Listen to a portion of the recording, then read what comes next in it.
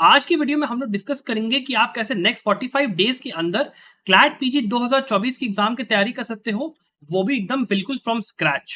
अगर आपने कुछ भी नहीं पढ़ा है, आप कैसे इस एग्जाम को क्रैक करोगे, ये हम लोग डिस्कस करेंगे इन डिटेल। आपको भले सुनने में थोड़ा सा इम्पॉसिबल लग रहा होगा, लेकिन ये पॉसिबल है। तो इसलिए वीडियो को लास्ट तक जरूर देखिए। और उसके साथ ही में अगर आप इस बार एग्जाम की तैयारी कर रहे हो और अगर आपको लगता है कि आपको हमारे हेल्प की जरूरत है, तो हम लोग आपके लिए लाए हैं एक बहुत ही स्पेशल कोर्स जिसका नाम है last minute preparation course. As the name suggest, 45 days के अंदर अगर आपको अपना ये पढ़ाई कंप्लीट करनी है, तो ये कोर्स से अच्छा आपको कुछ नहीं मिल सकता है।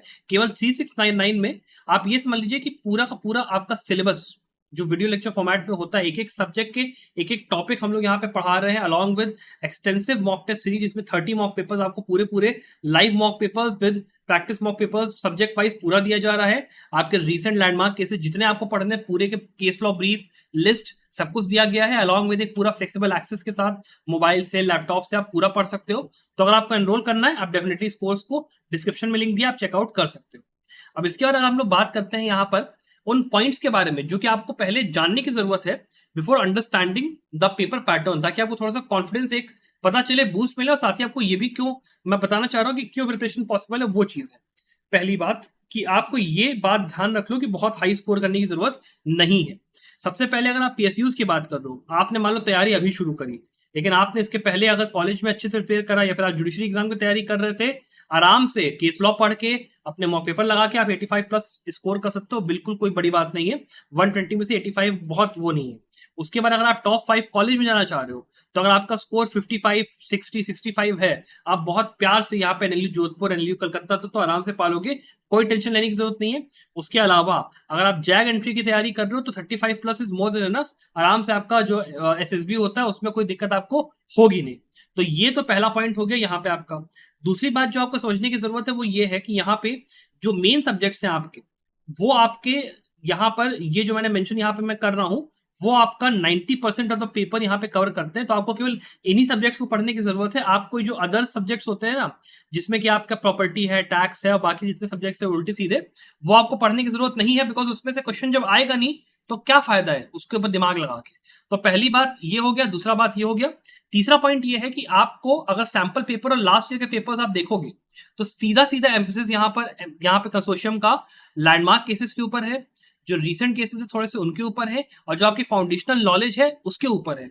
आपसे ये कोई नहीं कह रहा कि आपको बहुत सारे जजमेंट पढ़ने हैं, रिसेंट में जाओ 2021 का भी पढ़ो, 22 का भी पढ़ो और 19 का भी पढ़ो, 18 का भी पढ़ो, ऐसा कुछ नहीं है। लिमिटेड अमाउंट ऑफ जजमेंट से लिमिटेड अमाउंट ऑफ चीजें हैं, आपको केवल वही करना है। That is what is essential. बहुत ब्रॉड स्कोप पे पढ़ाई करने की जरूरत नहीं है।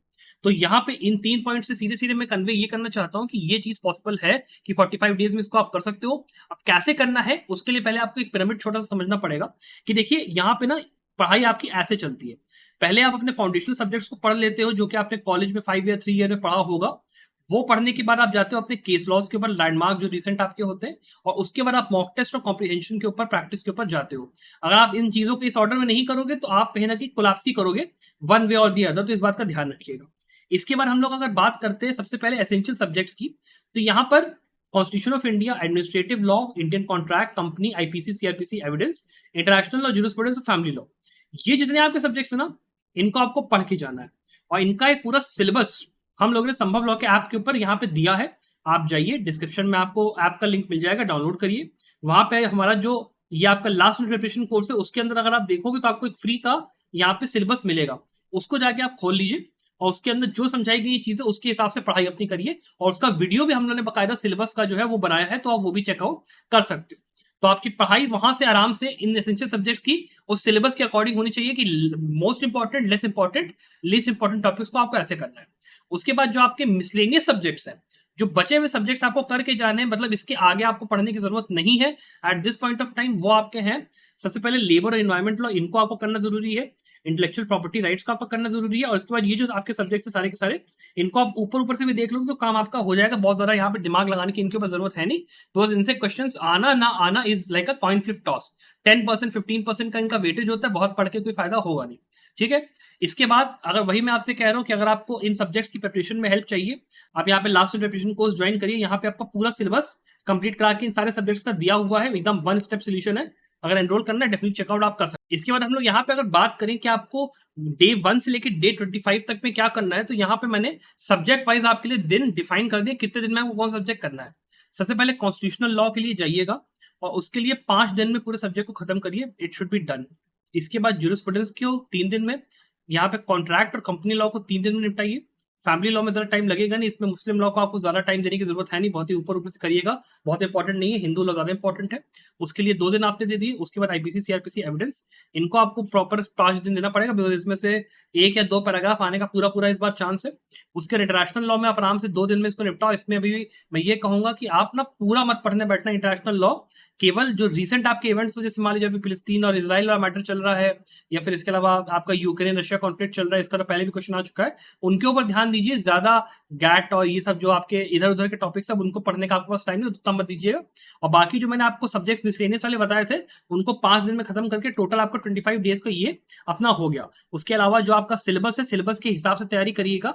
मोस्ट इंपॉर्टेंट सब्जेक्ट्स के अंदर जो मोस्ट इंपॉर्टेंट आपके टॉपिक्स दिए हैं, उनको सबसे ज्यादा टाइम दीजिए, लेस इंपॉर्टेंट वालों को उससे कम टाइम दीजिए। उसके अंदर हो तो आप बस केवल बेराक्ट रीडिंग मार लो और केस लॉ देख लो, काफी है। और लीस्ट इंपॉर्टेंट वाले में केवल बेराक्ट देखकर और डेफिनेशन वगैरह कंसेप्ट समझ के उसमें से अपना निकल जाओ, ज्यादा टाइम वहां पे लगाने की जरूरत नहीं है, ठीक है। इसके बाद हम लोग बात करते हैं यहाँ पे कि केस लॉस को आपको कैसे करना है। तो केस लॉस के लिए मैं आपसे कहूंगा कि आपके पास अगर 45 डेज है, तो डे 1 से लेकर डे 30 तक इसकी पढ़ाई करिए। और आपको देखिए 2 चीजें पढ़नी है। एक आपको पढ़ना है रीसेंट केसेस जो कि 2023 के होंगे, और आपको पढ़ने हैं लैंडमार्क केसेस जो कि 2017 से लेकर 2023 तक के आपको पढ़ने हैं। इनको पढ़ने का तरीका वैसे तो जो होता है वो ये है कि आप बार एंड बेंच या लाइव लॉ पे जाओ, वहां से मंथली कंपाइलेशन रेफर करो, फिर उसको ओवरलैपिंग देखो, फिर उसके बाद गूगल पे सर्च करो कि वो मिल रहा है नहीं मिल रहा है, फिर उसके बाद ये देखो कि भाई सिलेबस के अंदर जो टॉपिक्स है उसके हिसाब से वो कितना रिलेवेंट है क्या है। इस प्रोसेस में टाइम बहुत लगेगा, और आपको अगर ये काम खुद से करना है तो आपको कम से कम 2 या 3 लोगों की पूरी टीम लगेगी।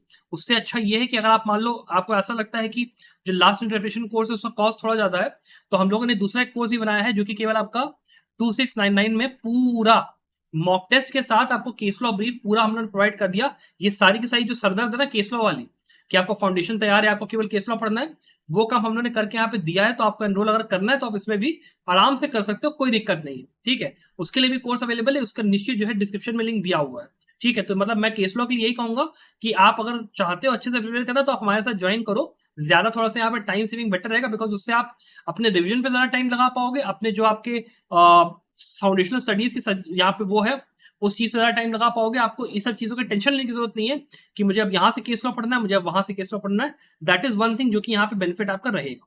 इसके बाद अगर मैं बात करूं कि जो केस लॉज हैं आपको पढ़ने कौन से हैं, किस टाइप के हैं, उसमें सबसे इंपॉर्टेंट हो जाता है कॉन्स्टिट्यूशनल बेंच के डिसीजंस को देखना। जैसे कि आपका बेगर फाउंडेशन हो गया, जरनैल सिंह लक्ष्मी नारायण गुप्ता हो गया, या अभी रिसेंट में कई ऐसे जजमेंट्स आए हैं जिसके कि मैं अभी कॉन्स्टेंट एक सीरीज बना रहा हूँ वीडियोस की, वो भी आप जरूर से देखिएगा। अलॉन्ग विद दैट अभी एक जजमेंट आना है जिसमें कि 9 जज की कॉन्स्टिट्यूशनल बेंच यहाँ पे बैठी है। तो इस तरीके की जजमेंट बहुत इंपॉर्टेंट हो जाते हैं यहाँ पे क्लैट के पॉइंट ऑफ व्यू से, बिकॉज सबसे ज्यादा चांस इन्हीं जजमेंट्स के आने का है। तो 2017 से लेकर 2023 तक के जो ऐसे जजमेंट्स है आपको उसको पक्का पक्का देख के जो है ध्यान रखिएगा। उसके बाद आपके जो रिसेंट केसेस आते हैं जो कि आपको मैं कहूंगा केवल 2023 के आप देख के जाइए, उसके आगे देखने की जरूरत आपको नहीं है। उसमें आपके यहाँ पे डिसीजंस ऐसे जिसमें कि इंपॉर्टेंट आपके या तो गाइडलाइंस दिए हैं, या फिर ऐसे जो कि आपके मान लो मीडिया बहुत ज्यादा छाया, जैसे मान लो अभी राहुल गांधी वाला केस है, तीसरा सीट लवाड़ का केस है, इस टाइप के जो केसेस है इनको आपको अलग से देखना है। या फिर ऐसे डिसीजन जो कि किसी पर्टिकुलर सब्जेक्ट के ऊपर एक अच्छा इंपैक्ट डालते हैं, वो आपको देख के चलना है।